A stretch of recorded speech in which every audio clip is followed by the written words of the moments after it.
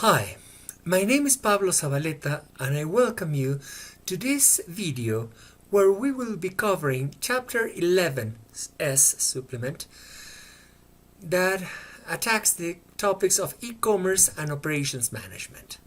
As always, let's start with our outline.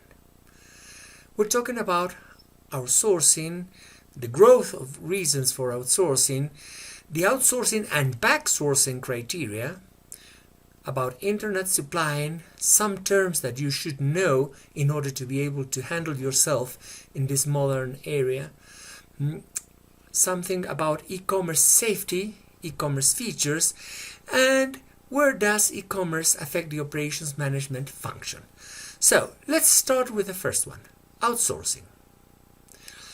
Outsourcing is procuring from external suppliers services or products that are normally part of an organization. That is to say, for example, call centers. Why do we do this? Usually because it's a low-cost alternative. Manning and handling a call center for us might represent a huge cost, whereas a specialized company can do it much cheaper and more efficiently. There's a huge example that exists, and that is Hontai Precision Company Limited, better known as Foxconn. These guys are among the largest employers worldwide. 1,290,000 employees as of 2020. They manufacture almost all cellulars, game consoles, and 40% of all consumer electronics sold worldwide. So those guys really know how to make electronics, consumer electronics. And everybody outsources to them. Apple is one of the best known, but it's not the only one.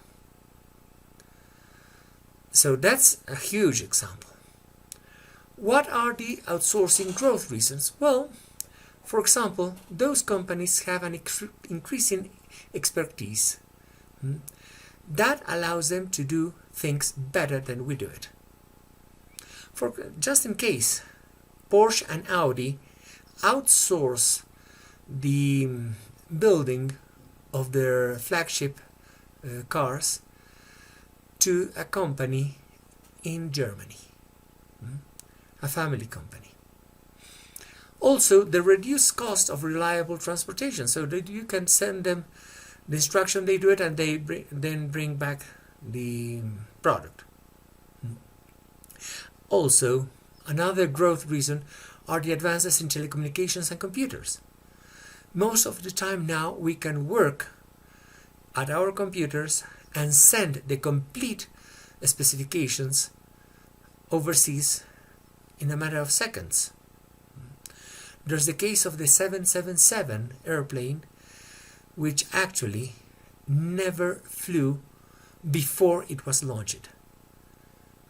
They just worked in a computer, in a CAD/CAM environment, and then when they built the first one, it just took off.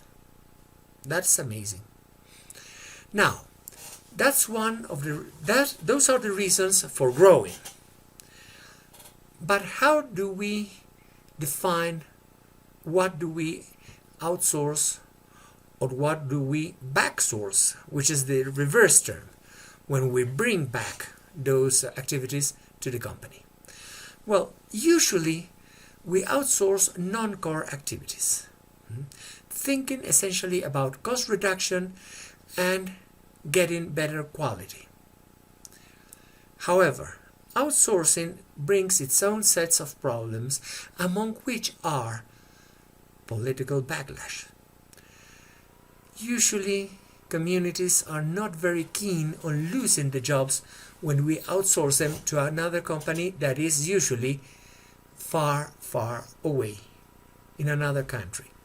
So they talk about the export of jobs to low wage countries.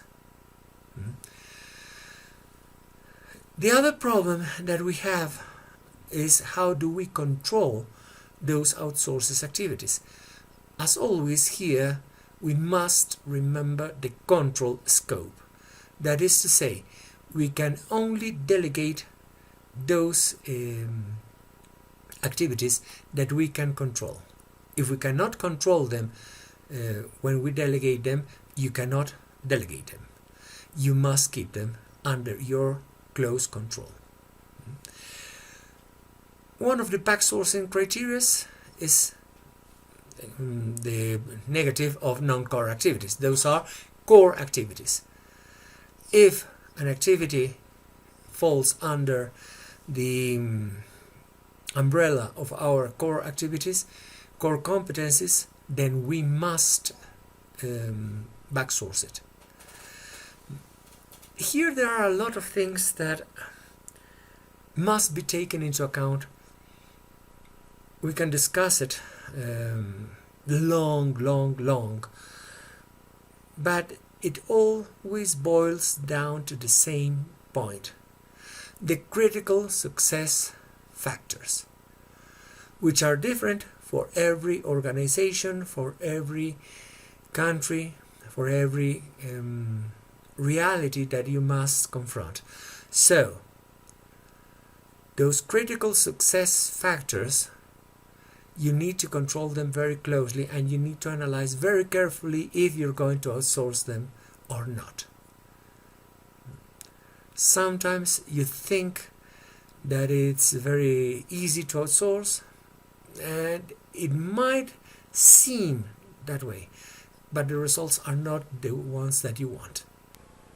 Our lesson will continue in the next video.